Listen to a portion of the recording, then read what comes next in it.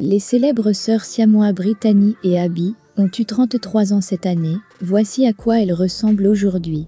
Pour plus d'informations sur ce sujet, retrouvez-nous après le générique. Mais avant de commencer, n'oubliez pas de vous abonner et d'activer la cloche de notification pour ne pas manquer nos prochaines vidéos. Bon visionnage.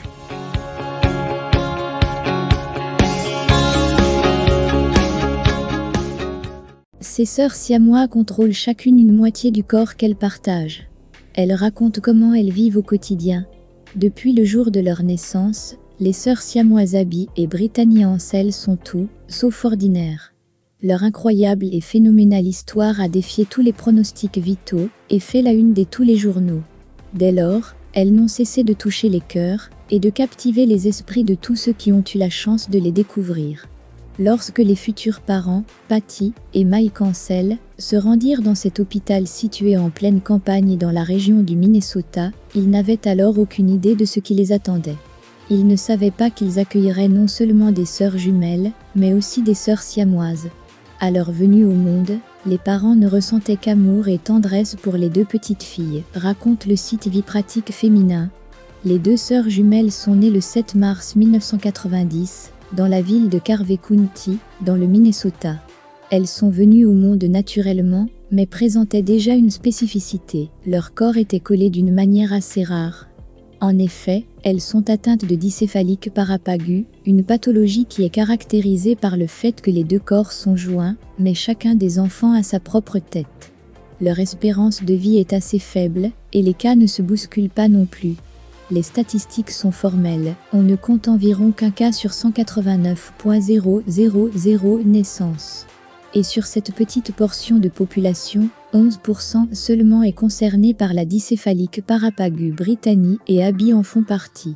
Les statistiques mettent en évidence deux zones extrêmement touchées par la pathologie. On y trouve ainsi l'Asie du Sud-Ouest et l'Afrique. Les études pointent également le fait que les femmes soient plus touchées que leurs homologues masculins.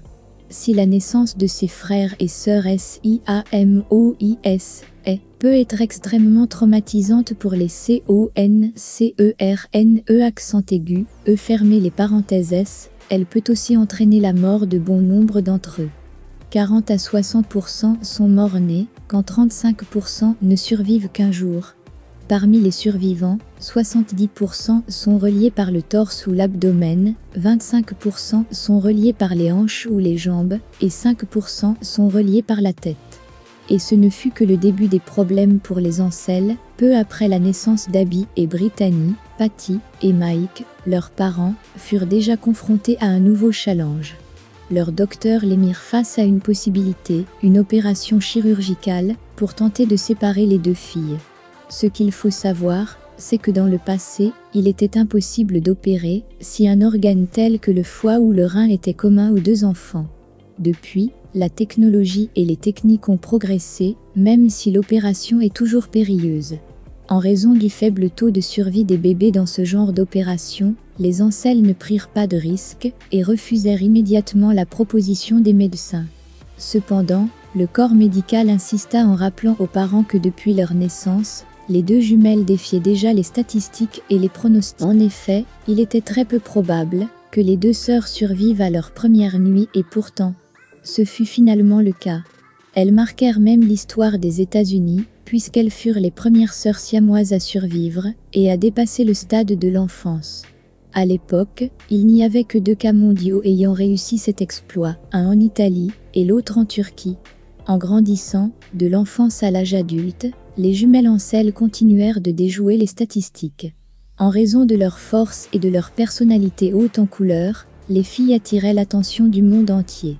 Les fans se multiplièrent pour suivre les aventures quotidiennes de ces filles hors du commun. Personne ne s'attendait à ce que Brittany et Abby survivent plus de 24 heures. Mais elles y parvinrent et furent dès lors inarrêtables. Malgré leur renommée et les nombreuses unes de journaux qui leur étaient dédiées, les sœurs siamois vécurent une enfance des plus banales.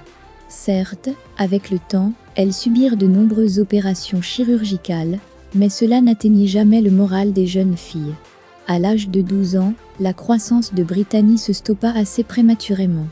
Au même âge, sa sœur Abby dut subir une opération pour arrêter la croissance de sa colonne vertébrale. De surcroît, les deux jumelles subirent de multiples opérations pour corriger une scoliose et une intervention chirurgicale préventive de la poitrine pour soulager leurs problèmes respiratoires. Si l'on regarde ce qu'il se passe à l'intérieur du corps de Brittany et Abby, on se rend compte de l'improbabilité de leur survie.